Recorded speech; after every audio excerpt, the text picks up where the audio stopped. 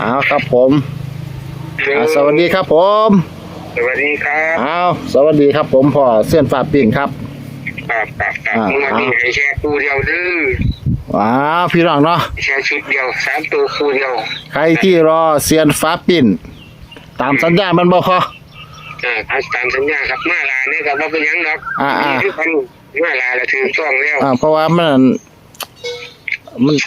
ค่ายากน้ำให้น้ำหน้าอยู่พอมันซึ่งก็อีกอย่างนึงเลยผมก็รุดมาหลายงวดแต่พี่น้องรุด2งวดแล้วรุด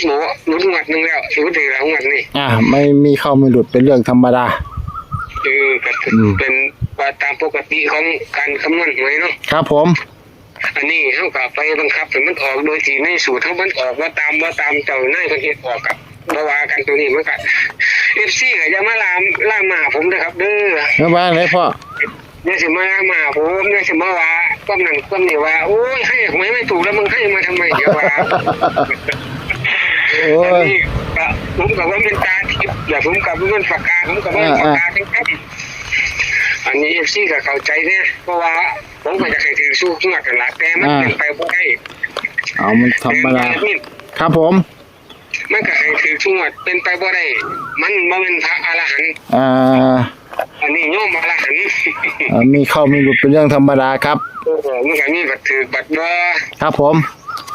มันถือสู้ได้พี่น้องเลยได้เอฟซีเลยโอ้ยมันไม่เป็นไรได้เงิน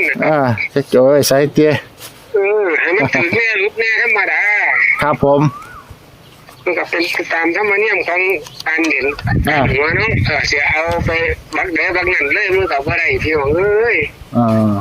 ผู้คำนวณนี่อยากให้มันถือทุกวัดสุดอันบ่เขาบนแต่มันเขาล่างไปได้เป็นไงวงในมาไปพอวงในมาไปมาแล้ววงในอะไรแม่นมาแล้วมาเมื่อวานนี่โอ้มันให้มาแล้วเมื่อวานนี่ดูนี่3ตัวคู่เดียวโอ้ผมก็ที่ดึงออกให้คือกันนะพี่น้องผมดึงออกให้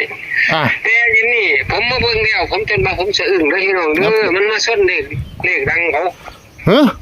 คนให้มามันส้นเลขดังเขาครับมันมีเลขดังเด้อบ่พ่อ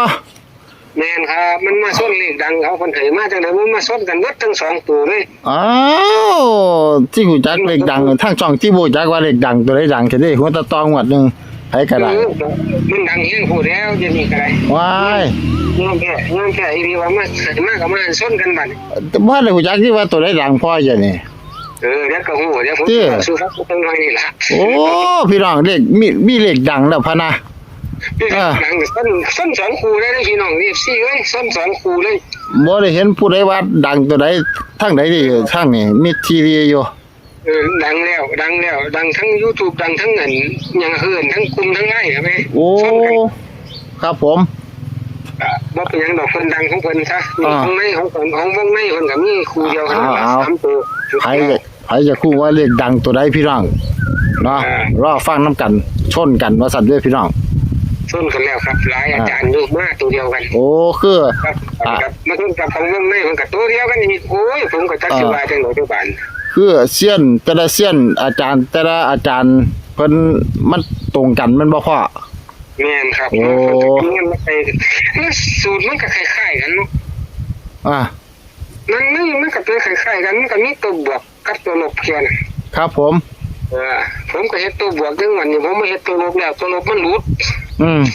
เอาตัวบวกอย่างเดียวครับผมผมสิบวกให้เบิ่งบ้างหั่นจะบวกให้ฟังครับว่ามันออกแบบไหนบางหัน6บวก6มันก็ได้12บาทนี้เลขหลักหน่วยหลัก10เลขหลัก10 8บวก4ก็ได้120บวก7ได้7เนี่ยมันก็ออก227เลย227ห่วย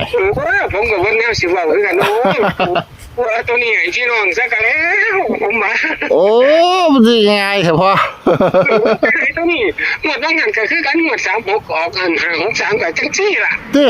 มันเอาให้ก็จังซี่ล่ะก็ผมสิเครียดตัวนี้เฮาไปคิดหลายโพดติไปเอาแต่ตัวอื่นฟูนบักสูตรคำนวณจนฟ้าสิปีนออกมามันมาเขาจะจ่อยยิ่งดังนี่นี่จังผมว่า งวดนี้ก็มาแล้วล่ะพี่น้อง ครับผม 8 บวก 2 อ่ะ เป็นต้องเงิน ฮะ บอกยิบ6 บวก 8เป็น6 บวก 2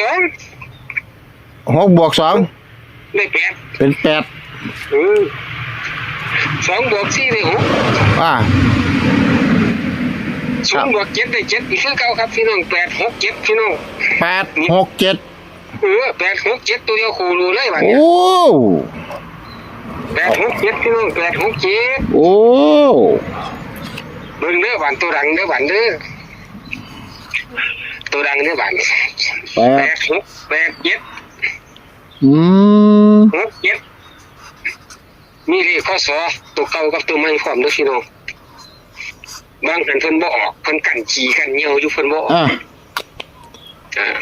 นี่คือของบันนี่มันก็มาส้นสูตรของวงในเพิ่นก็ให้มาตัวนี้คือกันเพิ่นก็ให้มาเป็น6 8 7เลขตัวเก่าเพิ่นว่า โอ้วงใน6 8 7 แม่นครับวงใน6 8 7แต่ผมเฮ็ดได้6 8 6 7บาทตัวนี้มันคือเลขตัวเดียวกันว่าซั่น อื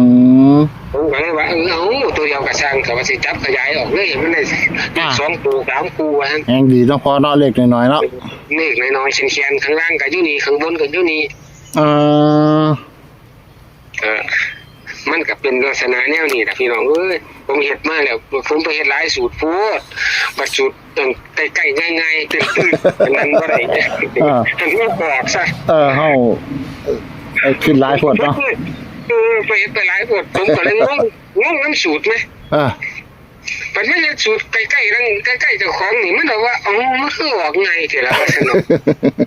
ผมนึกว่าเนี่ยสิบอกเลยโอ้บัดเป็นจังซี่ตัวละเนาะว่าซั่นน่ะผมแม่นผมว่าสิเสียวนี่ผมเปิดสูตรตัวนี้ให้ฟังคักๆเลยล่ะ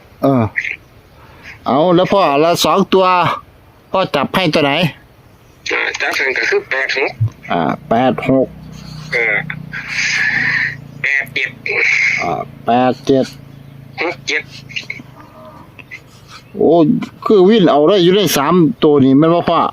แม่นอยู่นี่แหละครับวนอยู่ในนี่เลยว่างั้นมันได้22กับ27กับ72แค่นั้น โอ้สูตรนี้แม่นบ่พ่อ สูตรนี้นะผมก็เลยว่าท่านดอกมันออกแล้วบัดกูยังกูใส่คือบ่ออกบัดนี้บ่ใส่มันคือออกว่าท่านเนาะ โอ้บ่ ออกอีหลีผมจนผมเงินทั้งกันเลย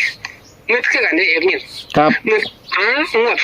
วด563ก็ได้563ด้วยอุ้ยว่าท่านดอกนี่คือสูตรง่ายๆคือเขาว่าเส้นผมบางภูเขานี่แหละพี่น้องเอ้ยเส้นผมบางภูเขามันอยู่ใกล้ๆเฮานี่ล่ะเอาแบบง่ายๆที่ออกง่ายเอ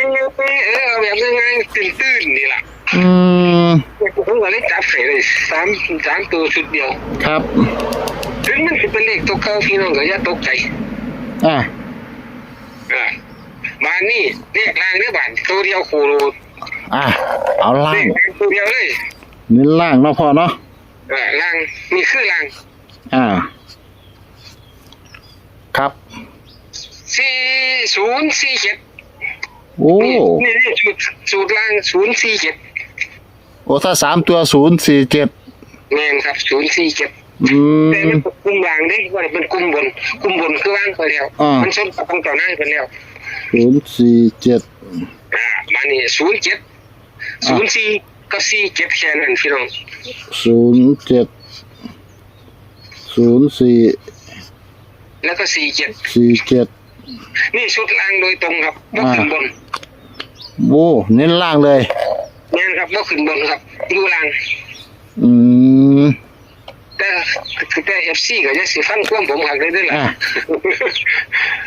ของมื้อนี้มันก็ซื้อบ่ได้ยากดอกพี่น้องซื้อง่ายๆจะจ่อหั่นล่ะถ้าไปเอาไกลได้สอจะสิขยายไปหลายมันเบิดหลาย047นี่ก็คือตัวนี้มันคือ47กับ07ด้วยพี่น้อง2คู่มันเป็นสีสมเลยจักนิดครับขาดสีสมเลยโอ้บางบนคือ3ตัว3คู่2ตัว3คู่บนก็คือวงกลม8 6ก็8 7แล้วก็ขาดสีสมทับไปเลยครับนี่แหละตัวเด่นแค่นี้ค ครับผม ผมจะไปคลิปเดียวหรือสิเอา2คลิปก็แล้วแต่แอดมินเด้อบัดเด้อ ครับผม แอดมินพร้อมมื้อไหนก็จังว่ากันคลิปที่2 เพื่อฝันดีบ่นั่นแหละพอ แม่นเพื่อว่าไปเสี่ยงมึงแล้วมันดีแต่ก็ฮู้แล้วล่ะว่าตัวใดมันสิมาคืออืม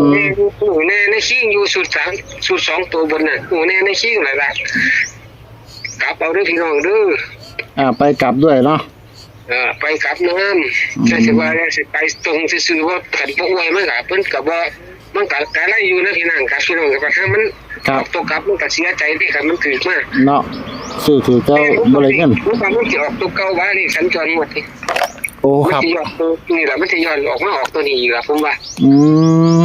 ชนกันกับของข้างในเพิ่นข้างในต้องชนกันกับวงในเพิ่นเพิ่นเด่นมากนะครับ เด่นมากเพิ่นฟันธงมาได้ชุดเดียว โอ้ แต่ผมกลับมามักทำอยู่เพราะว่ามันมาตรงกันกับสูตรผมแม้แต่สูตรผมมันเป็นเลขตัวกลับเอาเพิ่นมันเป็น867มันครับมันแค่ซับกันอยู่ซื่อ ครับผม ๆแล้วก็ทางมันว่าแต่มันขอหาข้างว่าหน้ามันเข้าไปทั้ง3ตัวเลยพี่น้องมันหลุดจังหวัดบางแห่ง ครับ งวด87ก็ได้มาหลุดงวดนี้งวดที่ผ่านมาบางแห่งงวดนี้ก็ให้เข้าจ้ะ ครับผมเนาะ เขาอยู่นะบางสิเขาอยู่นะ